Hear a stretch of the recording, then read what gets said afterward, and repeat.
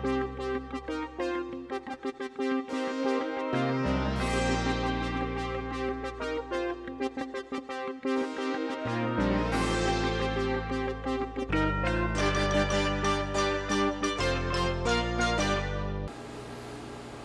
araw po sa inyong lahat. This is Dave Rodriguez from Philippine News, delivering the news for October 26 to November 1st, 2012. Here are our stories. White House moved on veterans applauded, and the San Francisco Veterans Equity Center leads group urging resolution. The White House Initiative on Asian American and Pacific Islanders, through its co-chair Chris Liu, announced the creation of the Interagency Working Group comprised of the officials of the Department of Veterans Affairs, Department of Defense, and the National Archives and Record Administration. The collaborative efforts of young Filipino Americans together with other Asian Pacific groups work hard to get this far. In the White House press statement, there is only one task identified for the Interagency on Working Group, and that is to analyze the process faced by Filipino veterans in demonstrating eligibility for compensation in order to ensure that all applications receive through and fair review. The San Francisco Veterans Equity Center and the veterans they represent are grateful to President Barack Obama and for the democratic leadership of Senator Daniel Inouye, Senator Daniel Akaka, Secretary Norm Mineta, Representatives Nancy Pelosi, Mike Honda, and Bob Filner, among others, for championing the veterans' cause. According to Veterans Equity Center Executive Director Luis Antonio, through all these years of lobbying full equity, it is only the incumbent president who initiated and implemented the funds for the Veterans Equity Center that benefited 18,000 veterans and now recently created the Interagency Working Group for those who were wrongfully denied.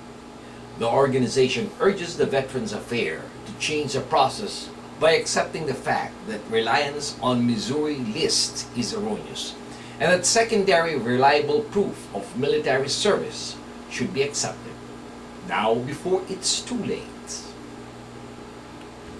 Manila Archbishop Luis Antonio Tagle to be the second youngest cardinal.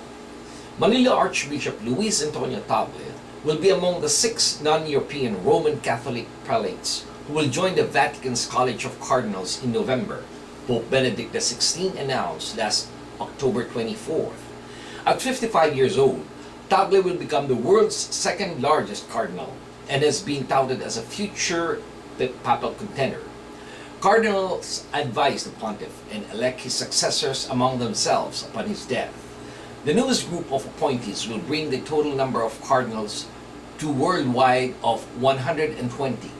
The CBCP news website said that Tagle will now be the 7th cardinal in the church's history in the Philippines. With Tagle's appointment, the Philippines will now have an active cardinal in case of a conclave.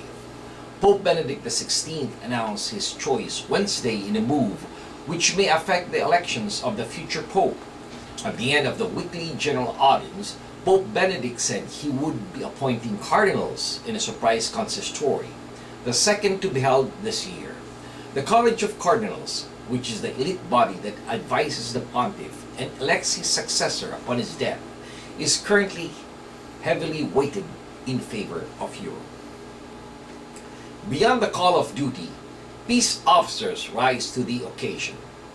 Police Chief Manny Martinez fulfilled the promise to prioritize domestic violence during his term as head of the Daly City Police Department by delivering a vigorous community response to the survivor testimony at the recent 8th annual Free from Violence Seminar and Resource Fair here.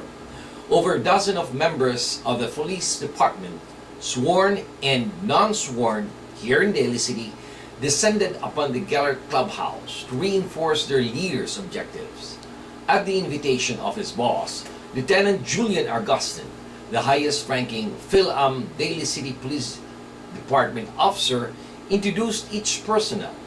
The Daly City Police Department shared bragging rights for leading violence prevention education with Palma Police Department Chief Robert Lotti, who arrive earlier for the yearly event staged by the Comares and Compadres, members of the ALICE, the Alliance for Community Empowerment.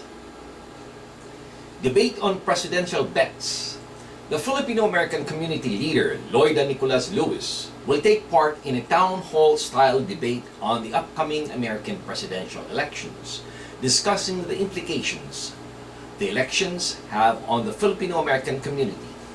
The debate, which will air Friday, November 2nd, on the Filipino channel at 6:45 p.m., will pit Nicolas Lewis, representing the Democratic Party and incumbent President Barack Obama, against Ninfa Games, representing the Republican candidate Mitt Romney, as they discuss topics like immigration, healthcare, and the economy.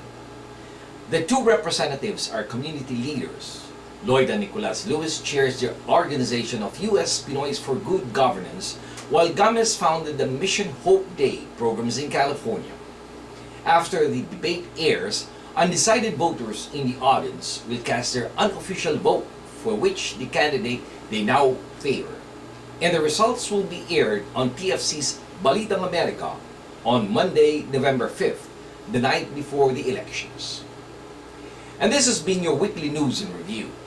This news has been brought to you by the premier Filipino-American newspaper here in the United States, the Philippine News.